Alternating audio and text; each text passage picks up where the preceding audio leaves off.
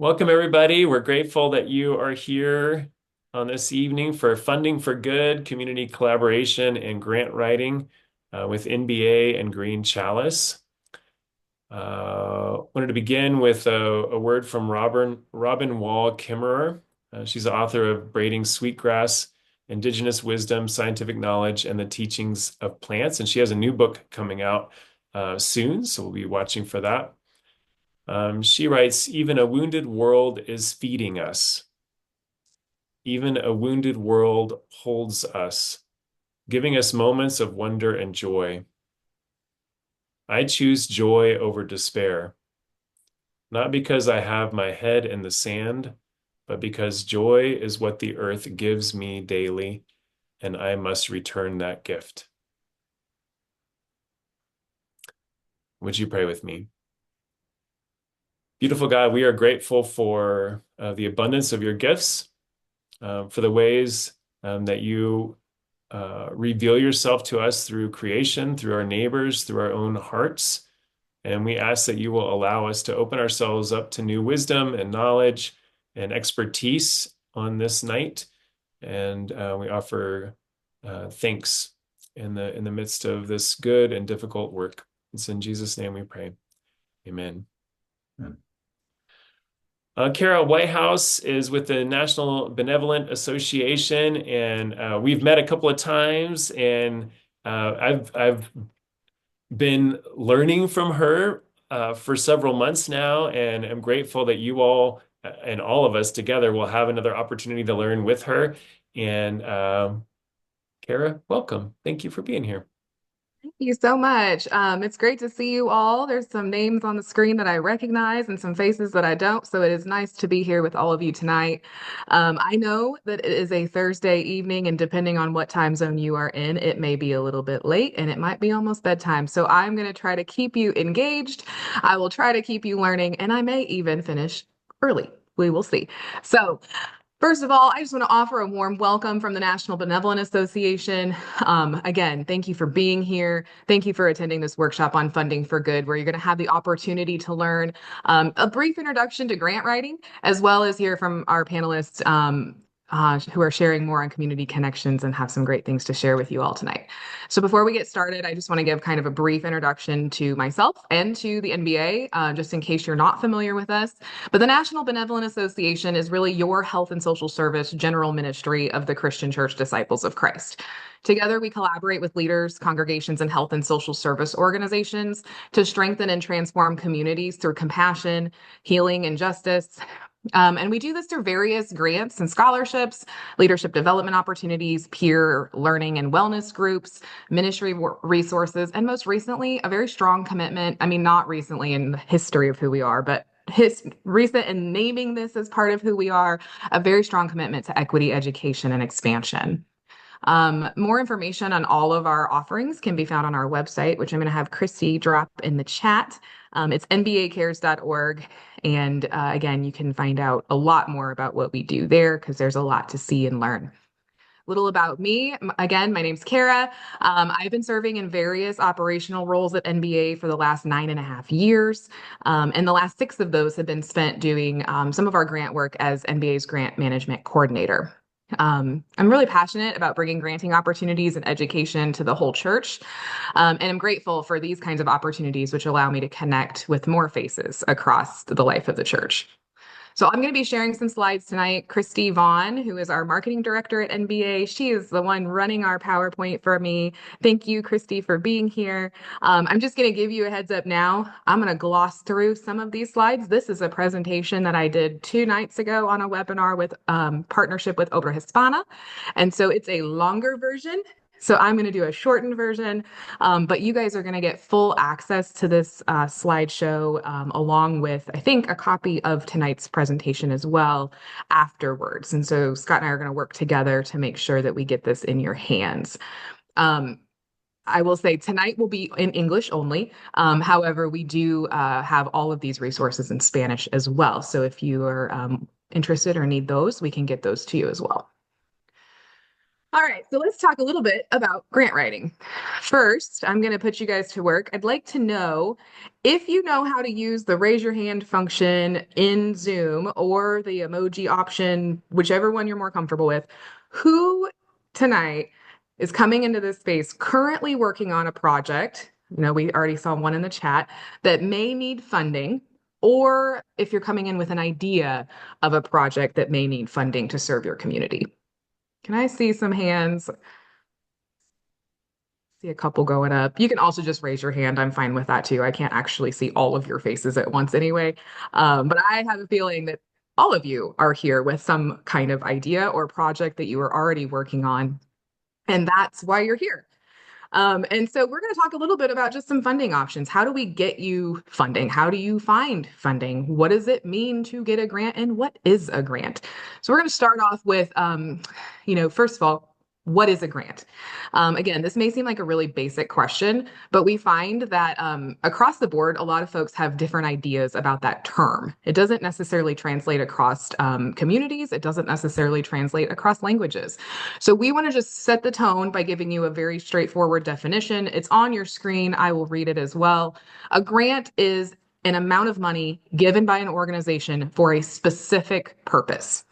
Typically, grants should be considered temporary funding and not intended for long-term support. So on the next slide, you're going to see a variety of different grant types, such as educational, research, and small business grants. You're also going to see a little bit of a list of what currently NBA has to offer, and that we offer grants at the moment around educational purposes, project-based specific grants, and some development grants. One benefit of these grants and of grants in general is that they typically do not have to be repaid. So that is a component that it makes it a grant typically. Typically, they don't have to be repaid. Secondly, receiving a grant can actually help your organization or ministry build credibility. And the building of that credibility can then lead to greater grant success as other funders recognize that credibility.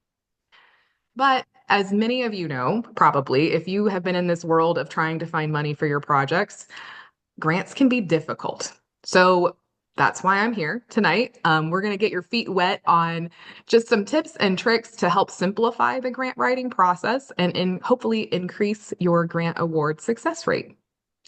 So we're going to talk about what I call the 5 R's of grant writing. I'd love to tell you I made that up myself. I did not. If you Google that, it is out there in the world and you can probably find more information than what you're going to hear tonight. But those 5 R's are: 1, researching grants; 2, readying documentation; 3, writing a proposal. We're going to give a little lenience on that R. Relationship building with funders; and reporting impactfully. So first, we're just going to dig into this, the first one, researching grants. On the next couple of slides, you're going to see several tips for researching grant opportunities, including reviewing grantor websites, mission statements, eligibility guidelines. You really want to make sure that your organization or ministry has aligning values and goals, as well as you match the eligibility requirements of the funders that you're looking at.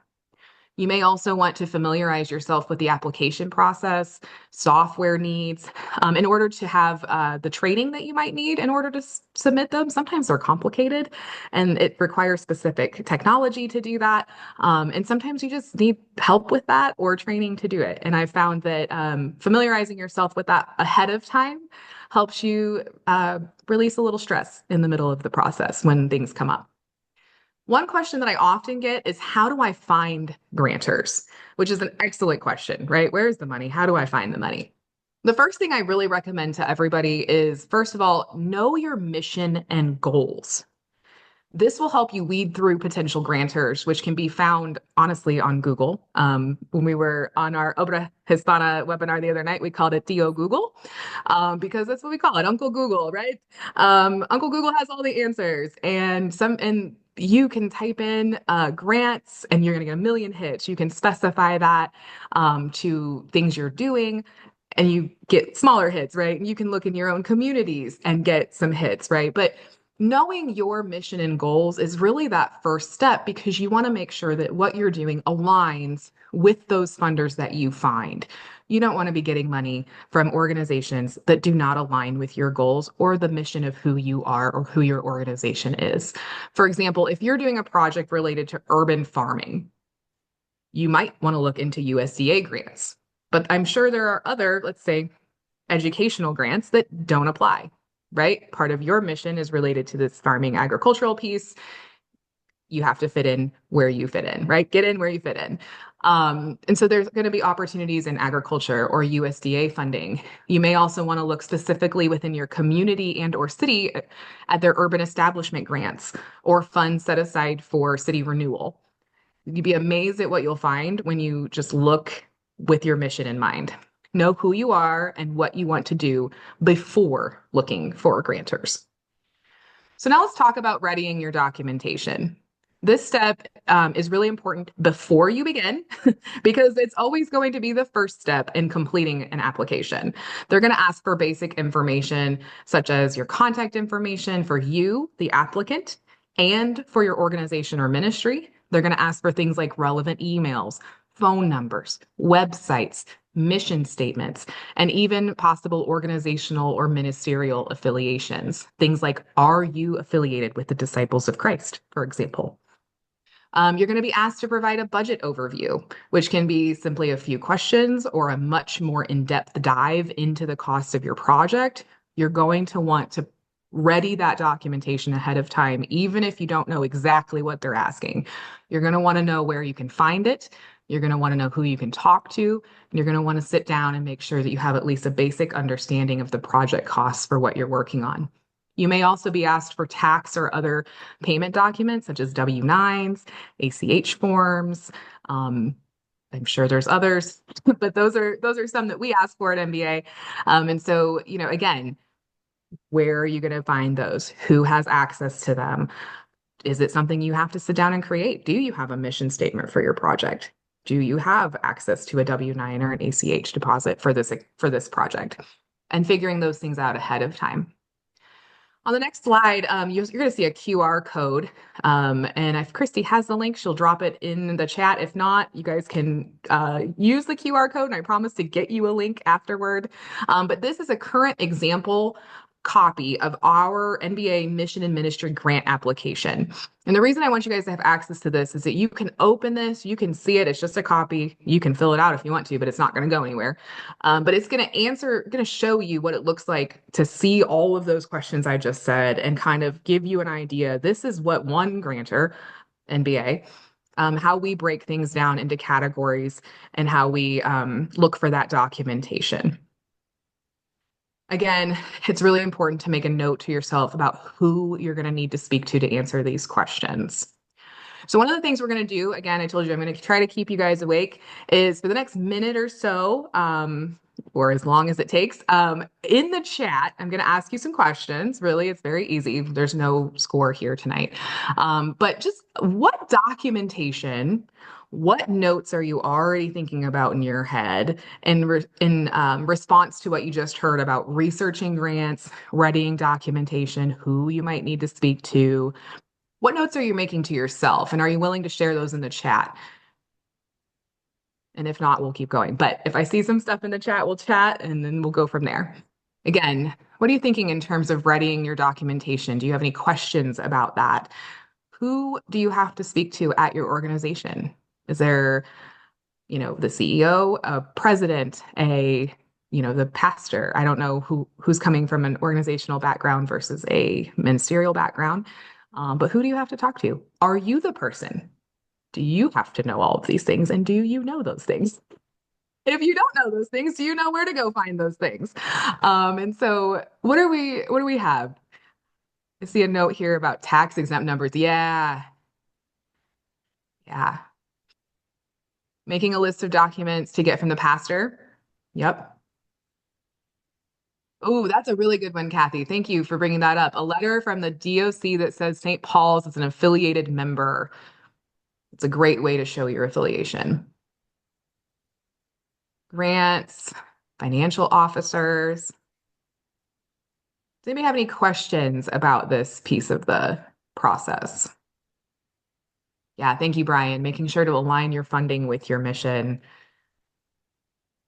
As someone who cares a lot about the mission of the work that I currently do, that piece of it to me is just, it's key. You don't necessarily hear it a lot when you hear funding stories or you hear grant writing pieces, but I think that aligning your mission with your funding is one of the best ways to live out your mission in your projects. We don't have a formal mission statement, so that's something you might want to work on or consider. Who should be the contact person if not the head of the organization or pastor? That's great as well. Making sure that there is someone who can be named as the contact person for the grant so that your funders, potential funders, know who to talk to if they have questions.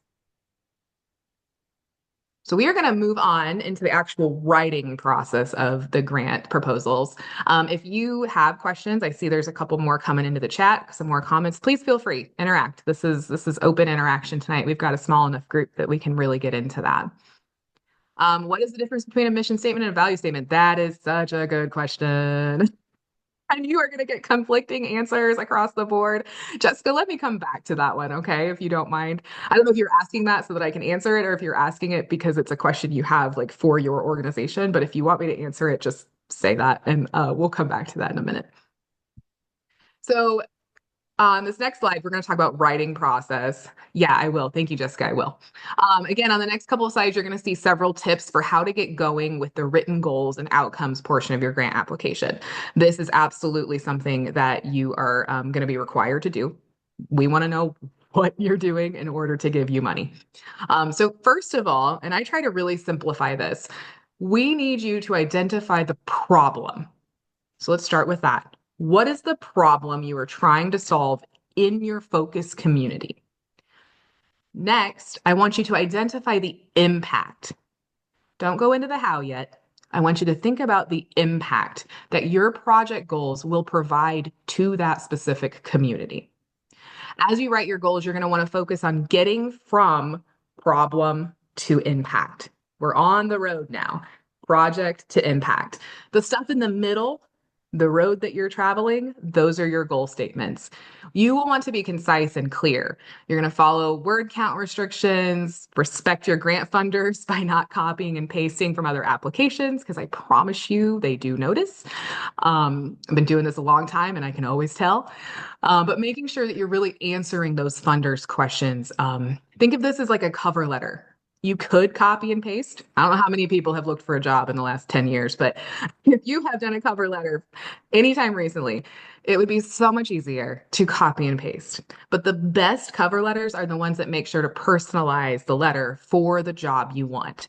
So think about that when you're thinking about your funding. This goes for your grant proposals. Customizing it to the organization and to the grant you are specifically applying for will give you a better outcome. When working towards your goal statements, I encourage folks to start by using the SMART goals model. Can you raise your hand for me if you're familiar with SMART? Seeing a couple hands go up. Awesome. Yeah, Scott, you better be. I talked about it twice this summer. Great. So I'm going to touch on this. I'm going to give you a graphic that you can use. Again, that way you can take it with you to the rest of your folks. But SMART stands for specific, measurable, achievable, relevant, and time bound. This keeps you focused on the intended impact of a goal and shows how data may be collected to measure success. It's important, however, to note that success looks different for every project and every community. Make sure to highlight how that looks for your community specifically. Goals must also be realistic and attainable, relevant to both your and your funder's mission. You're going to hear me say that a lot, that word, that mission, and directly relevant to the problem you are trying to solve. They must also be time bound, which means you can lay out a specific shorter term time frame, such as 6 to 12 months, for when those goals might be achieved. Now, that doesn't mean your whole project has to be done in that time frame. It's saying, let's break it into chunks. Let's look at the next piece and then the next piece, because you might have a funder who says, we're going to give you money for a year, and then we'll talk about what's next after that, right? So we really want those time-bound goals that are very clear. So Once upon a time in a past life, I was a personal trainer. And I always give this example because it's very easy and because we're all human and we've probably all dealt with this at one point or another. But I would have all of these clients come in with one problem. The problem being, I want to lose weight. Okay. First thing that I would ask them is what would losing weight, what would be the impact on your life? So they identified the problem. I want to lose weight. I am overweight. And then identifying the impact. What impact would that make on your life? Then I would ask them things like, how much weight? How much weight? Is there any special event? Like why? What's the reason? Obviously you have an impact, but is there something else? Is there a specific, you want to, women, do we want to get a dress? Is it the specific dress? Is it a wedding? Is it an event? Is it a class reunion? Is it simply being able to chase your kids in the parking lot at their really fun school event in the spring? What is it that is your, you know, reason and why? Their goals might look something like this. I want to lose 20 pounds. That is both specific and measurable. And for most people, depending on the time, usually attainable. Smart. To be able to wear a specific outfit relevant to their goals and their hopes for my best friend's wedding in April of 2025. Again, time bound and safely attainable by medical standards. So that's a SMART goal. It's very easy to think through, right? You know what it is, you know how to measure it, you know the problem, the impact, and why and when. So for the next couple of minutes, again, I'm going to invite you into the chat.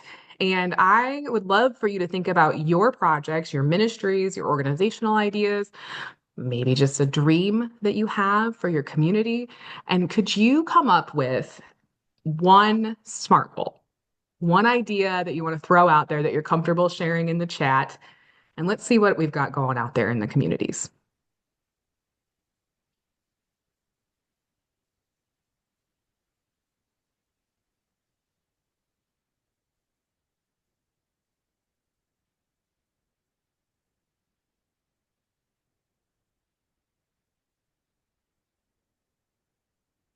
I know this one's a little bit harder to answer, so we're going to give you a couple of minutes. Don't feel too pressured.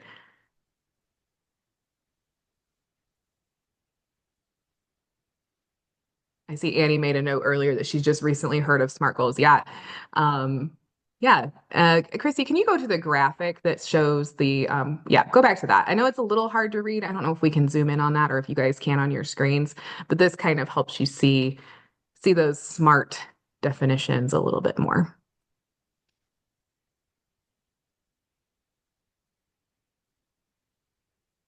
Anybody have the beginning of a goal that they want to share?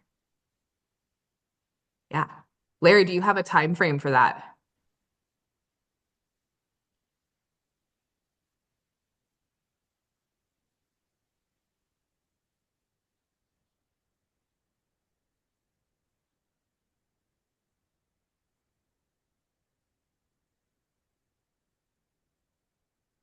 Ooh, there you go, Brian. That's excellent. All right, I'm sorry. I'm gonna give him the little gold star for a moment. Brian just wrote a really excellent SMART goal. It kind of encompasses all of those. As maybe he's had a little more time to think of this too. Raise 200,000. Yeah, I'm seeing a thumbs up. I was like, that one looks like he's been working on that one. Because usually, everybody else where I'm seeing these really great beginning, right? Beginning SMART goals. But Brian's got one here that says raise 200,000. So very specific for the Kirby Page Endowment Fund, which is for the Peace Interns program by General Assembly. I assume that's what you mean by GA. 2028 time frame, who it's for. I'm sure relevant to the work that he's doing. Attainable, I think. I don't know the work, but it sounds attainable to me, and very specific and measurable because you can count money. Replace 6 large windows. Yeah, great. I love seeing these ideas come in. So this is just kind of the groundwork, right? Gives you some framework for when you start thinking about those goals, gives you a process. Need another corner. Great. See, I see some more specificity around the dollar amounts coming in. Awesome. That's what we want to see. As funders, we want to see really specific, again, specific, measurable, attainable, relevant, timely. Um, this one says timely. I use time bound. It's the same thing. We just want to know when it's going to be accomplished. Um, yeah, so this smart graphic, again, you guys are going to get this at the end. When you start going into more deep brainstorming around, projects that you might want to do, projects that you personally or your community or your organization and ministry, this is a really great starting tool, okay? Because you can take these ideas and you can start going, okay, wait, I need to make it specific. Or, oh, I don't quite have a time on this one. Let me get this one to where I can demonstrate a time. And it's just a tool. There are a lot of tools for how to write goals and outcomes. But this is a really good tool that we love to see folks use, especially if you're new to the grant writing process. All right, so you can set those aside. You can keep working on them if you want to, or you can come back to them either way, but they're yours to think about. Again, I just said this twice. I'll make sure you have a copy of this piece so that you can come back and reference this. And like I said earlier, there is a lot of information out there on the web about SMART goals and how to use them, as well as more examples as well. So now let's chat a little bit about relationship building. I think if you're counting, we're on number 3 of our 5. Am I getting that right? I mean, are we on 4? We're on 4, relationship building. So let's talk just a little bit about what that looks like, why it's important. And let me make sure I get back to my right. So relationship building is key, really, to opening doors for future funding. It helps build your capacity and sustainability, as well as connecting with other opportunities for education or funding, such as this workshop that you're on. One way to do this is simply to stay up to date with your funders' activities and events, possible learning opportunities such as workshops, and being intentional about following potential funders on social media. That's a big one because they post a lot of their opportunities first on social media. So staying up to date with their social media channels, signing up for things like newsletters. For example, NBA, we have a digital newsletter, we have hard copy newsletters that go out. We post a lot of things on our socials, Facebook, LinkedIn, Instagram. Opportunities like this, like our webinar opportunities. That's where we post our links to our applications. So again, staying up to date with funders is one of the very first things you're going to want to do. You may also want to keep potential funders and any funders who have granted to you in the loop about your projects. So you're going to be required to do that, which we will talk about in a couple minutes. But even when, let's say you got funds for us, I know there's at least one person, because I recognize a name on this call, who received funds from us way back when I was first starting at this job 9.5 years ago. And I'm so happy to see you on this call, just so you know. And we've stayed up to date, right? We built a relationship. I don't know when the last time she may have received funds from us for her organization, but I do know that there's still a relationship there. And so that keeps the door open to continue if there's ways that we can support, right? And so ways you can do that, share your updates, your milestones, celebrations, ways we can connect with you in non-financial ways. How can we support you? Are there resources that we can provide for you? Or just are there ways to connect you with other resources, whether financial or non-financial? Perhaps you have a way for us as funders to be directly hands-on involved, such as visiting or working on a site project. If you are putting in new windows, for example, in your church and you need help and you have a work crew, invite your funders. If you are putting on a meal event for the community, such as a Thanksgiving food drive or a meal service, invite your funders. We want to see those things. If we can't always come, but we'd love to know that it's going on because we want to see the work that you're doing in your communities. Perhaps other ways, such as guest speaking, things like this. We love to do this if we're able to. Education opportunities or simply popping into a meeting, say a couple words about our organization or how we've connected with you. Building relationships gives you a better opportunity also to discuss reasons if your grant proposal has been rejected. So why? If you have built a relationship with that potential funder, then you can ask those questions a little bit more easily. Why did we get rejected? Is there anything we can do for next time? Am I eligible to apply again? What are the things that I could do? Are there any resources you can offer me to get me to a yes? Building those relationships with potential funders allows you a little bit more of like an inside track to finding out those answers, strengthening your ability to write a grant proposal, and perhaps getting funded in the future. Um, Again, they may even offer some coaching opportunities, which are really valuable to you guys. So, lastly, we're going to talk about reporting. I just kind of touched on that, but what I'm talking about here is reporting impactfully and intentionally. So these are the things that grantors are going to require you to do. These are the non-optionals. Most, if not all, and I don't want to say all because it's just a blanket statement that I can't say about everybody, but most of the time, if someone gives you money, they are going to ask you to give a report about what you did with that money. Sometimes those reports are going to be just very basic, like a quick online form. Sometimes they're going to be written reports with like prompts that you're going to answer. Sometimes that might be a phone call with a funder or an on-site visit with a funder. Um, NBA, we have like a forum and an opportunity for some storytelling, depending on what grant or funds you're receiving from us. But impactful reporting, that's the wording that I really want you to hear. Again, we're going to come back to that mission statement. We're going to come back to the SMART goals you created, and we're going to come back to the very beginning where you named a problem and then you named the impact. If you're thinking in that, weight loss realm that I gave the very easy suggestion in, weight loss, the impact of that, getting there.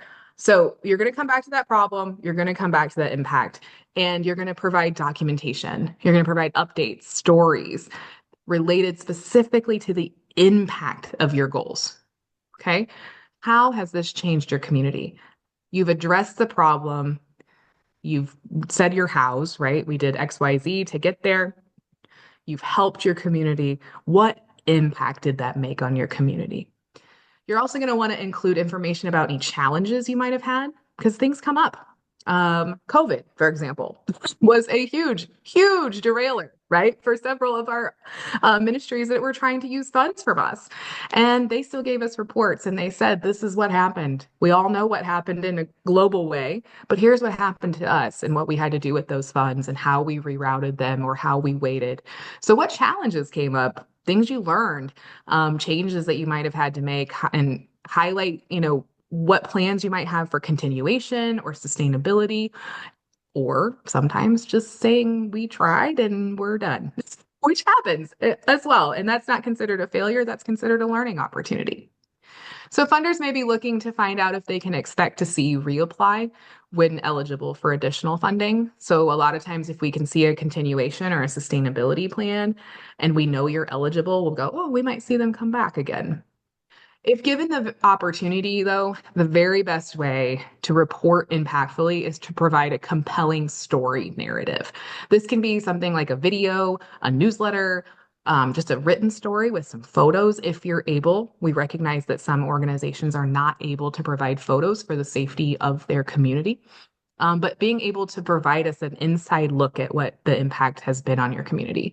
Sharing specific quotes and connecting your funders to the actual community you serve is the best way to continue building relationships with your funders.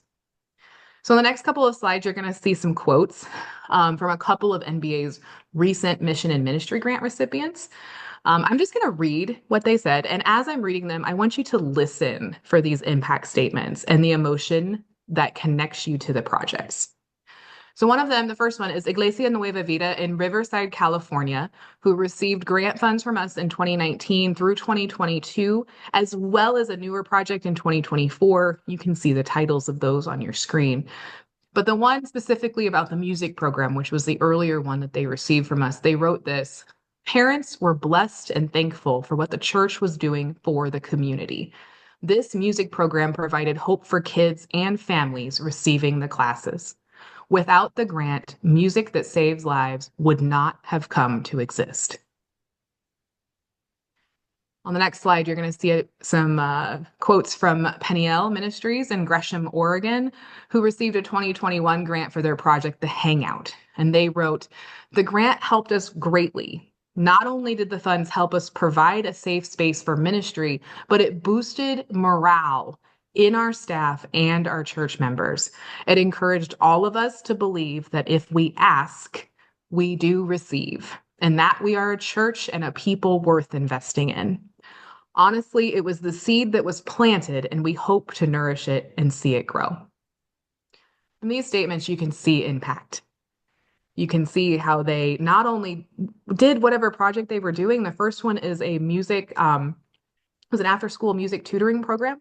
So I'm sure there's other impacts there, right? They had so many students, they did this, they had goals that were very set. We want to serve this many students by this time next year with in this way. But the impact of that was related to the hope for these families and for these kids. That was the impact. And that's the story that we remember today. Thanks to the ways that these two organizations have built relationships with us, we have continued to provide opportunities for connection and learning to both of these ministries over the years.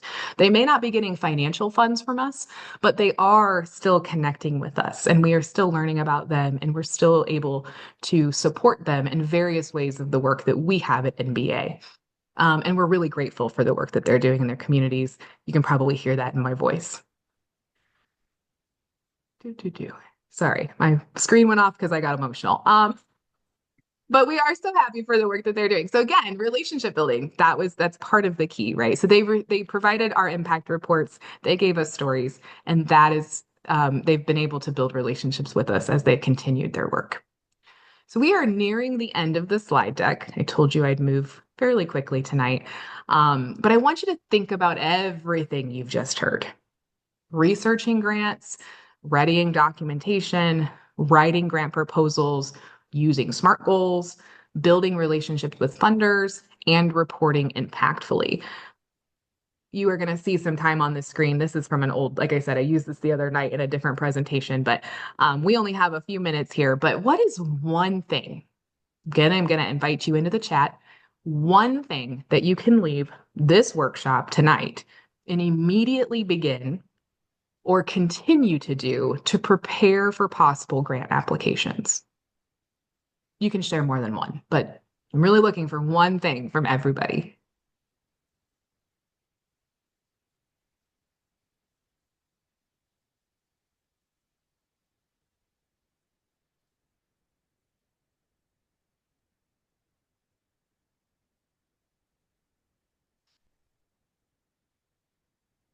I love these. Focusing on the impact, right? You know the problem. What's the impact of that? Building a mission and vision statement. I will come back to that question, by the way. I did not forget you. Um, Continuing to work on documentation. Yeah, building those practical measurables with into the emotions.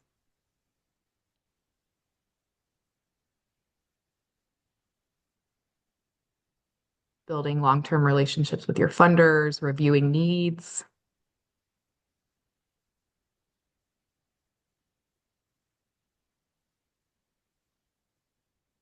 Ooh, this is good. Building connections with our funder who has a connection with one of our board members already. So there's already a little bit of a foundation there. Dig into that one. That one's a great opportunity for building relationship. Darthula, it's great to see you, by the way. I know I saw you on a call a couple weeks ago. Blessed to have you on here tonight. She mentioned relationship building.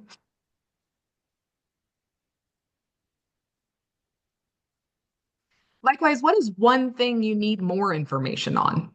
I know we went quick. I told you we would. We went quick through these. I know we already have one question about what the difference is between mission and vision. Excellent question. But what else? What is out there? What questions or barriers do you see in your way right now?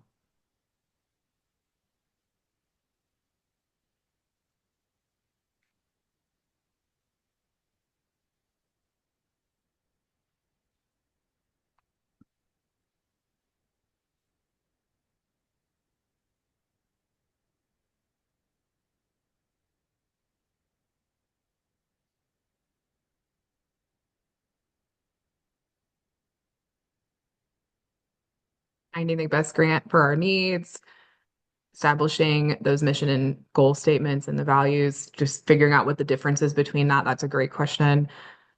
Reporting progress. Yeah, that's good too. All right, I'm going to jump in on this mission, vision, goal question because this is a really great question. We don't have a ton of time. I do want to answer it as much as I possibly can. So, and I will tell you because I have this problem all the time.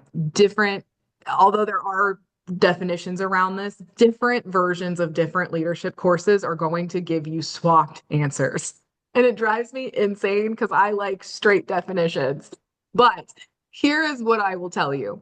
NBA has a mission statement on our website, and I am going to pull it up for you guys because I think this is a good demonstration of this. I'm going quick here.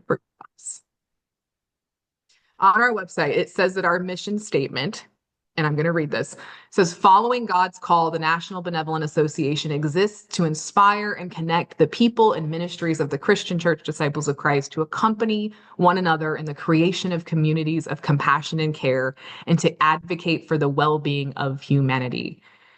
It's long.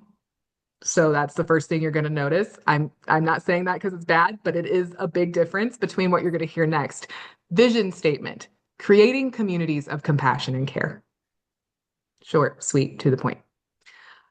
Depending on what organizations you ask, those might swap. One is the big picture, right, of what it is you want to be doing. One is that if you look it up on Google, I'm just going to tell you that's what I did. It's defining the current purpose and what it does. That's a mission statement. Again, I think NBAs are actually swapped. I've said this for 10 years, so don't tell anybody I said that. They probably have already heard me say it. But typically, a mission statement is what are we doing? What are we doing? Who are we right now to address this bigger vision of who we want to be and who we have been? So, a mission statement, in my mind, our mission statement is creating communities of compassion and care, even though we have them swapped and we have a long one. That's where I said different leadership training programs, different Google sites will tell you differently.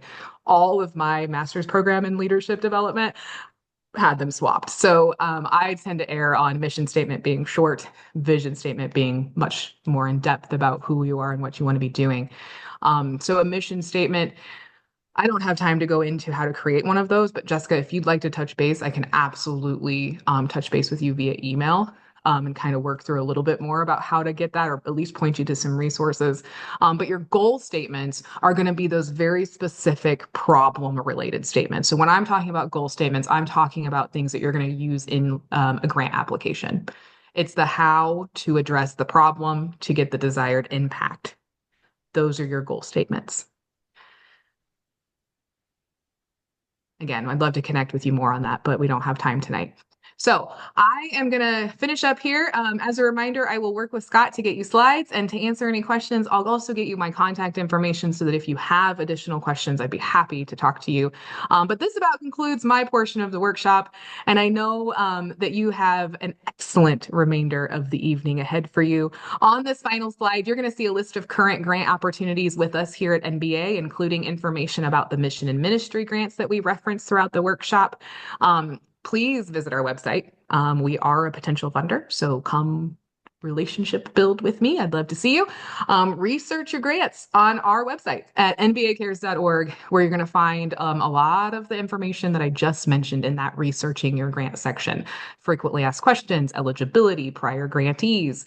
You're also going to find more in-depth information about our programming and ways to donate or support the work of the NBA. So thank you again so much for letting me be here, inviting me into chat. Be on the lookout on our website, social media, all the things for more information and opportunities to learn with us. And for any of our GA 2025ers, come join me and have a deeper conversation as we dig into what it means to write a compelling grant narrative. We will have a workshop. I will be the one doing it, and I'd love to see you and meet you in person. Wonderful. Thank you so much. Thank you. And I'm going to hop off because I have a kid that I need to go rescue. All To go right. jump off. But thank you guys so much. Again, if you, I'm going to drop my email into the chat before I go. Would love to hear from you, and I hope you enjoy the rest of your evening. Thank you so much. Thanks, guys. Next up, and we recognize we're running a little bit over, but we'll hear from Cathy Crawley Jones to begin, and then Jesse Brand and Apostle Cosby, just 4 or 5 minutes each to share a little bit about how they have found collaboration and funding in their communities. I'll go really quickly through here, but I want to push on the relationship building aspect that we just heard. What happened at Camp Caroline really grew out of relationships. We began several years ago trying to put together a creation care retreat that would be multi-generational and be a place for churches across the region and the area to come together and talk about ways that they could embody better stewardship of creation in their ministries. And so it actually started with some conversations with folks from the North Carolina Wildlife Federation and the Coastal Federation about whether or not they could help resource those events for us. And out of those conversations came ideas for funding and for work at Camp Caroline. So for those of y'all who haven't been there, I want to give you just a little bit of an orientation. We're here in the Raleigh area. Camp Caroline is on the East Coast. It's very low on the water. It's on Dawson's Creek, if you've never heard of it before, but it's a beautiful worship spot.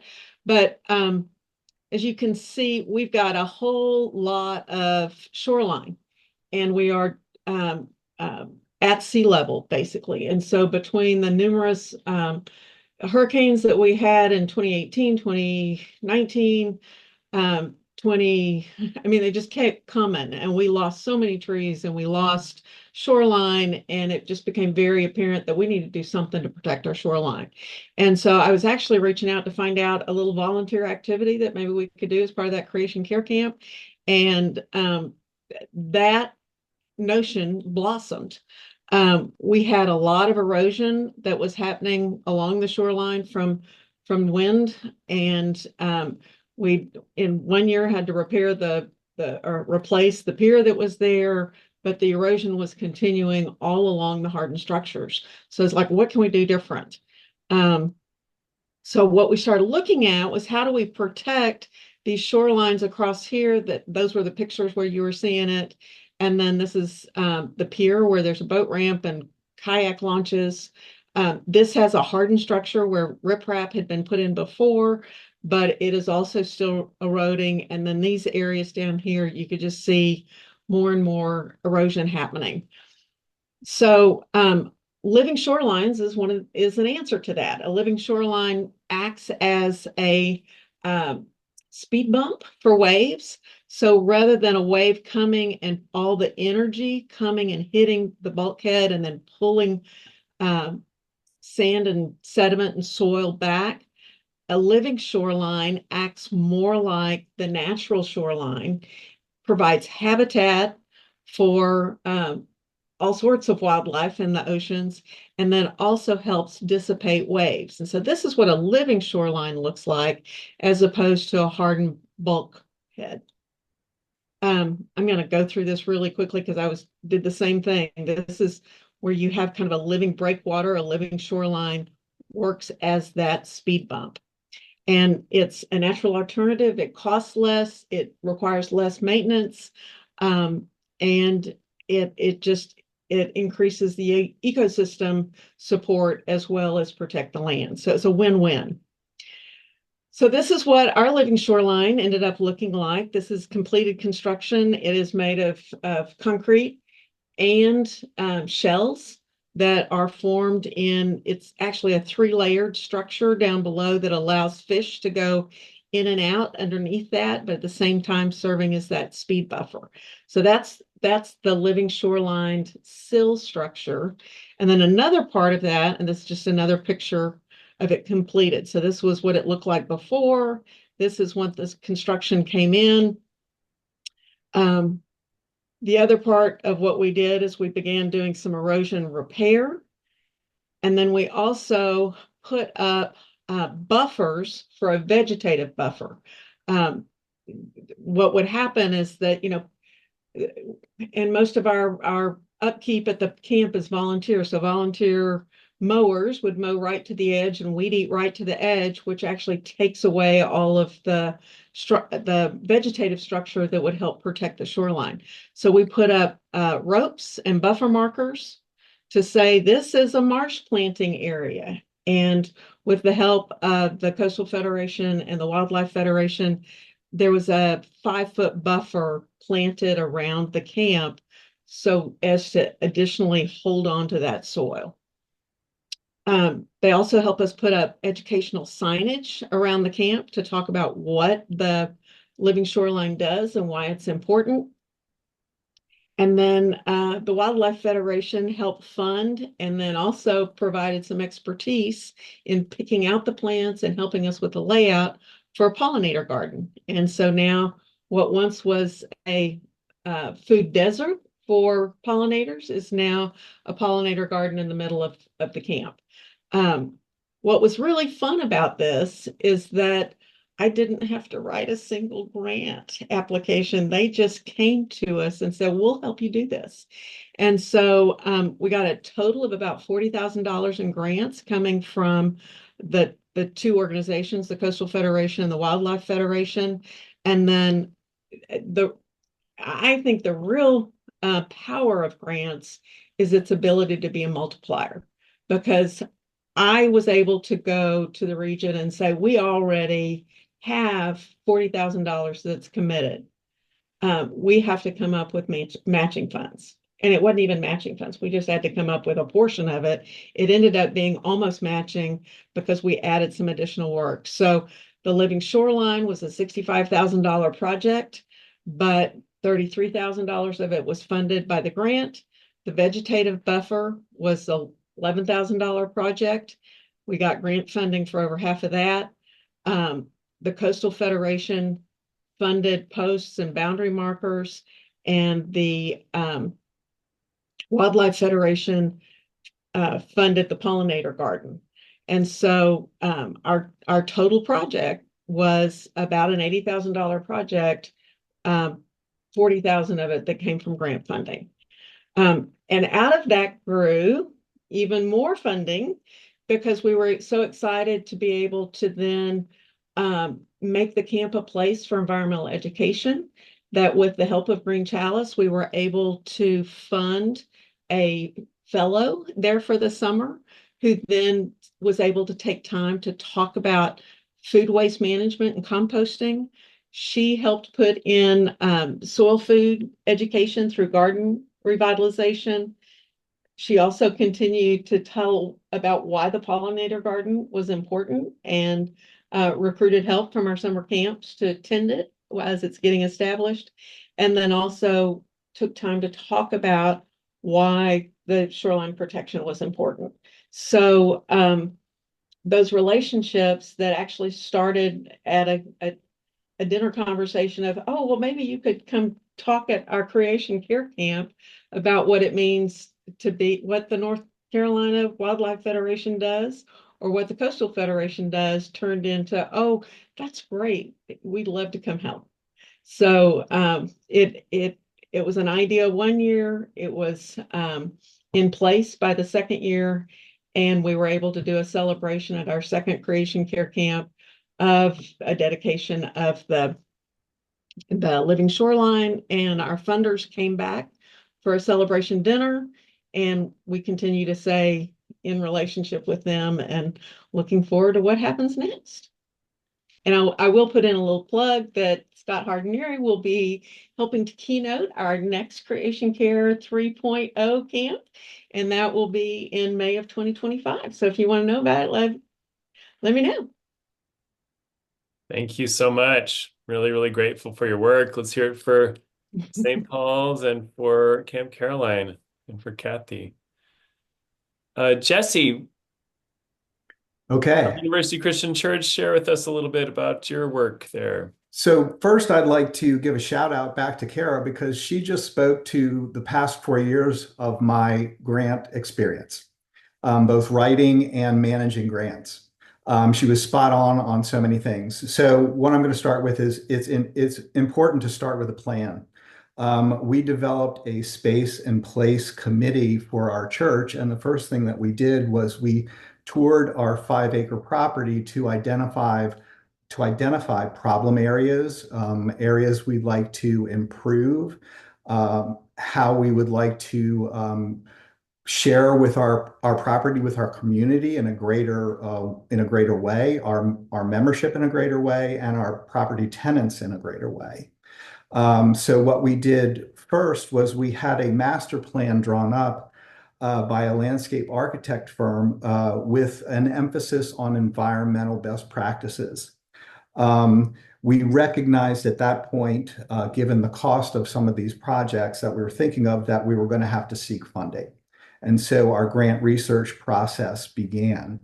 Um, all but 4 of our grants have been funded by the Chesapeake Bay Trust at this point. And so our journey began in November of 2021, where we applied for a conservation landscape and rainwater garden grant from the trust. We were having significant internal and external flooding issues on our property. And we needed to find a way to solve them. And so we applied and we were awarded $52,000 in March of 2022. We had a year to complete the project per the award contract. We finished in 13 months, but in relationship building, that can happen. And so and so that was a hugely successful project. It solved decades old internal flooding issues and our external flooding issues, and it made our property a more usable and friendly space. In the process of completing that first grant, we applied for our second grant, which was 2 permeable walkways. That the funds for that and the approval of the designs that we applied for that grant in November of 2022. That is now coming to fruition. The designs have been approved, and we're actually going to break ground hopefully in January of this year. Sometimes stuff happens, as Kara mentioned, and it happened, but this project is still moving forward, and we're looking forward to it. During that process, we were awarded $50,000 for our second grant. During that process, we applied for our third grant, which was conservation landscaping and another permeable walkway. On one portion of our property, we have significant erosion problems. So this was going to address that. We were awarded $113,000 in March of this year. We have gone through a few design revisions per the request of the trust, and those will be represented to them on December 1st. We've already received payments on the second and the third grant in part. And so as soon as we get the okay, we are probably going to be pulling the trigger on both grants at the same time. During this process, we also were contacted by a company called Nature Forward.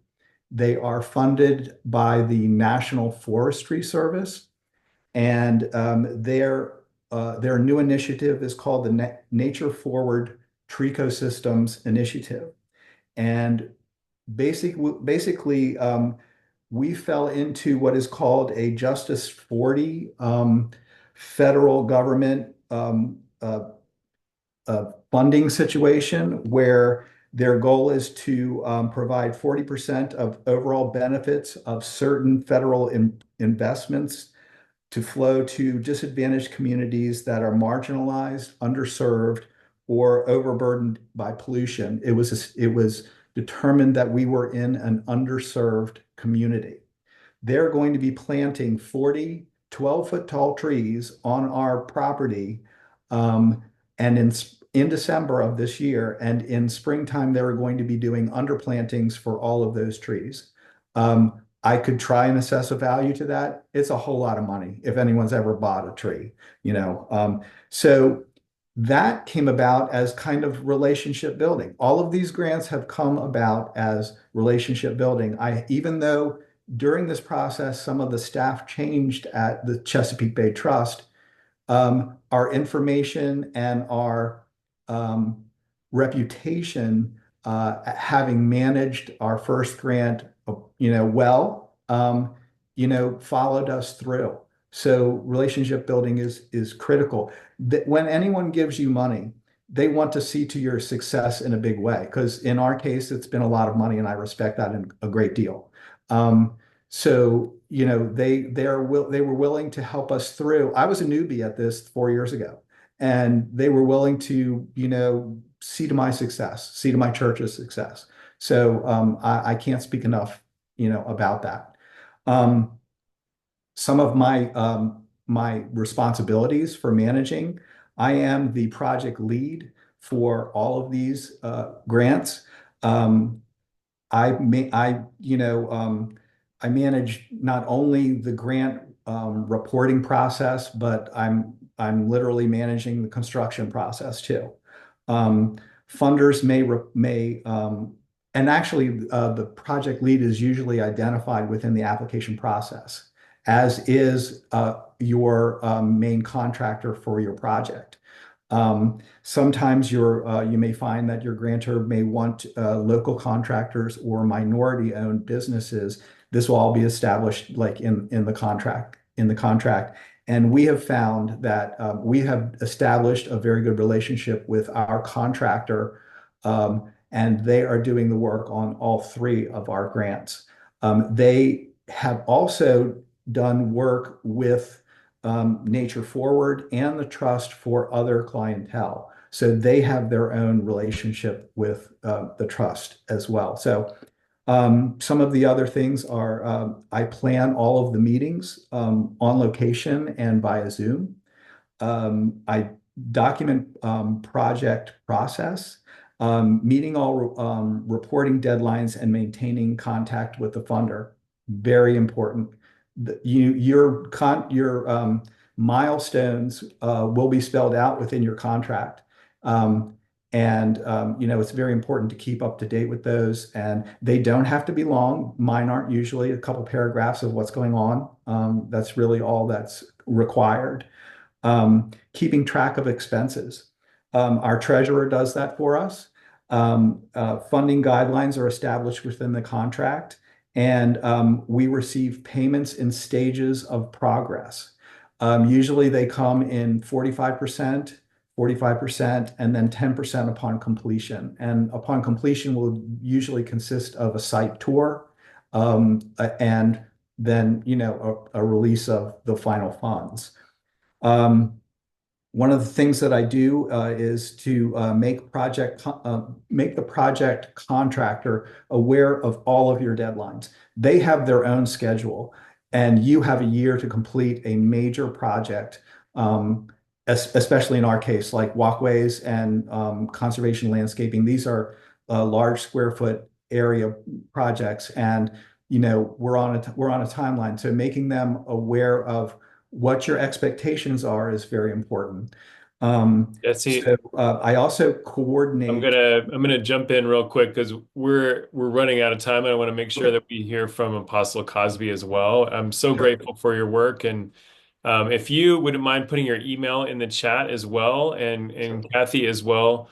We have your websites on there, but that way people can contact you Mhm. with further questions. And I hate to cut you off, but No, no, no, that's all right. I was editing my presentation as Kara was presenting hers because I was like, oh, I got to talk about that. so much goodness. We could each do a full hour, each one of you. So sorry to be so No, short. it's fine, Thank fine. you. Let's give a little gratitude for University Christian Church and Jesse and this incredible story. Thank you. Apostle Sharyn Cosby, we're grateful that you're here from In the Spirit Christian Church and our first Green Chalice ambassador with National Convocation. We're so grateful to be in partnership with you in a variety of ways. And this is just one glimpse of the amazing work you have been doing throughout your ministry. So take it away. Well, I won't be long, but I will try to be succinct in what I want to present. But first of all, thank you for the opportunity to share. I want to say, first of all, I am a social justice preacher. So in doing that, what we do within the church and with our outreach center really centers around social justice ministry itself. Our church's mission is this: In the Spirit Christian Church is a diverse community that empowers individuals and families by restoring and fulfilling lives through spiritual transformation. So anything that we do, we try to do it um, something that feeds into that mission statement. And we always are looking back at what we're doing. Does it line up with our mission itself? 5 years after starting the church, we started Oklahoma Family Empowerment Center, which is an outreach center, which was an incubate partner with the National Benevolent Association for 5 years. And we have received funding for the outreach center and also the church from NBA and other funders. What I found is funders really like collaboration and to see that you're getting money from different sources, that they're not the only funder for your project, especially if it's a larger project. During COVID, NBA gave our outreach center money so that our senior group, it was a senior connection grant, where each one of them were able to receive tablets so that they could continue watching service online. Uh, some of them we had to help pay um, to get internet because some of them did not have internet at home. So we took care of years worth of internet for them so that they could watch service online. They could get on the Zoom morning prayer line, and that kept them connected with the church throughout COVID when they weren't able to get out. So we were really appreciative of that. It also covered expenses for us paying someone to teach our seniors how to use the tablets because it wasn't going to do them any good to have a tablet that they didn't know how to use. And a lot of them did not know how to use a tablet. I'm talking about from turning it on to connecting it to the Wi-Fi, from how to sign on Zoom, and how do I find the link so I can get to the church website so I can watch the worship service.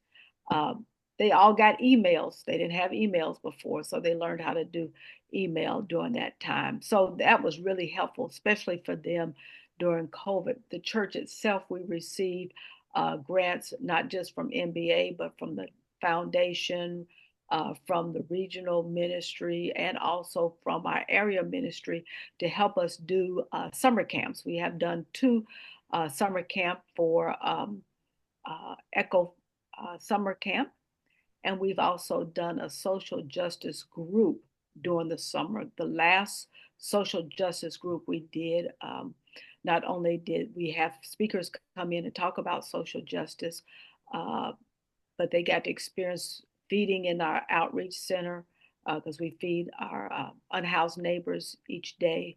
They got to go back there and help feed. They also got to work in the garden that we have in the back. But we also flew to Washington, D.C. With it, some of that grant money, and they were able to participate in the Poor People's Campaign March on Washington. And that was really a great experience for them and for them to tour DC and to learn more about how our government works and to go to the Capitol, go to the Smithsonian museums. And so each one of them had a testimony to share after their experience in Washington, D.C. And University Christian Church in Hyattsville, Maryland, hosted our kids, and we stayed there at the church. So thank you for hosting us so that we could go back and forth from Maryland. First time they were able to take a train. They took a train from Maryland into DC. Um, so it was a good experience for those young people. Uh, Three things I want to leave with you. Whatever we do, we try to do it to support the mission of our organization. we always want to identify what our problem is and why is it that we need the money. And this last one grant that we talked about, the social justice group, it was so vitally important, one, for the work, and two, for the experience for the young people. So we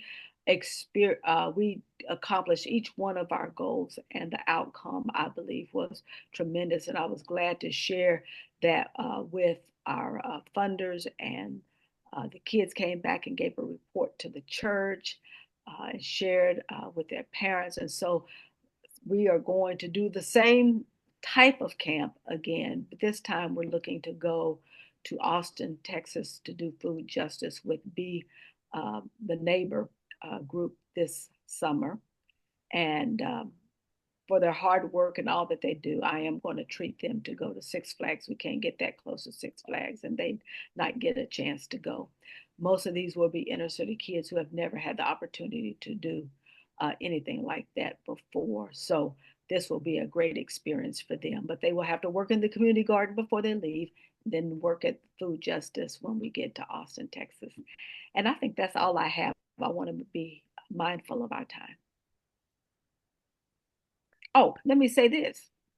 Green Chalice and convocation. One of the things that I am doing with them is working with our convocation clergy and churches to connect them with Green Chalice and to encourage the clergy, one, to become Green Chalice ambassadors and get the congregations involved in creation care work. And I was just on the phone with a pastor just before this started. So I was hoping he was going to get on this webinar tonight, but I don't see his name in the group. But anyway, I'm excited about what we're doing in that collaboration.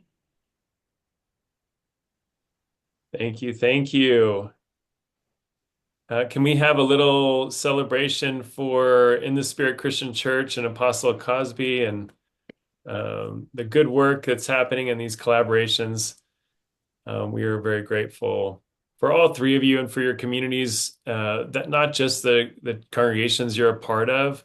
Orlando says Orlando is here. So if that's who you're speaking to, I just talked to Orlando. Yes, sir. Yay, Orlando, you made it. welcome, welcome.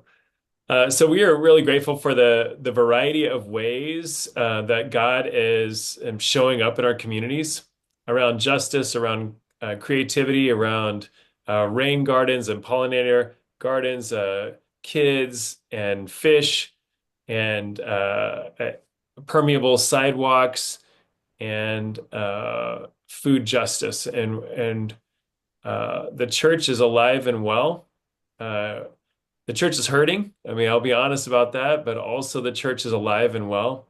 And when we align ourselves with grace and with goodness, with creativity, imagination, collaboration, and justice, all of that which is of God, we find beauty and delight, and an ever-growing fecundity, a bigness. And so I'm really grateful for you all and for Kara and for your ministries. There's a lot happening with Green Chalice. We've got summer programs going on. Justice and Creation Summer Fellowship, we hope will happen again. Black Ministers Retreat is happening in March the 11th. I'm heading to Charleston just to scout it out, and Green Chalice may be there as well. And we'll be at General Assembly. And stay tuned. We're really grateful for you all and look forward to supporting your good work in your communities as we go. The conversation is the prayer. As a mentor and friend of mine says, that these words that we have said is an honoring of God, and we are grateful for that. We will email the slides and this video. I'm going to stop recording so don't forget, and I will send those out to you all in your emails. Thank you very much. Feel free to unmute and say adios and goodbye, and Great to see everybody. Good night. Good night. Night. take care.